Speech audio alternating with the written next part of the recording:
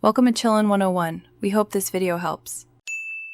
You start by removing the pedal from the crank arm. You'll feel the opposite thread on the left side, so turn accordingly. Once off, use a 4mm hex or retaining bolt to open the axle end and unclip the dust cap. Make sure to keep small parts organized in a tray. You now release the spindle assembly and separate bearings or cartridges gently.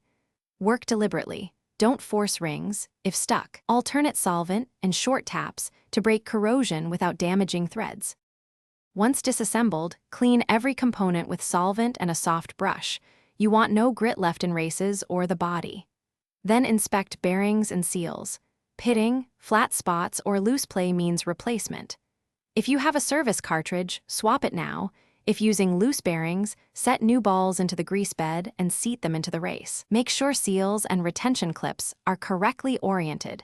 This preserves lubrication and prevents premature failure when you reassemble by applying a thin, even layer of grease to the spindle and bearing surfaces. Too much grease forces contamination, too little causes wear. Once assembled, set preload so the axle spins freely with no noticeable lateral play. Adjust cones or preload ring incrementally and lock them. Reinstall dust caps and torque to manufacturer spec.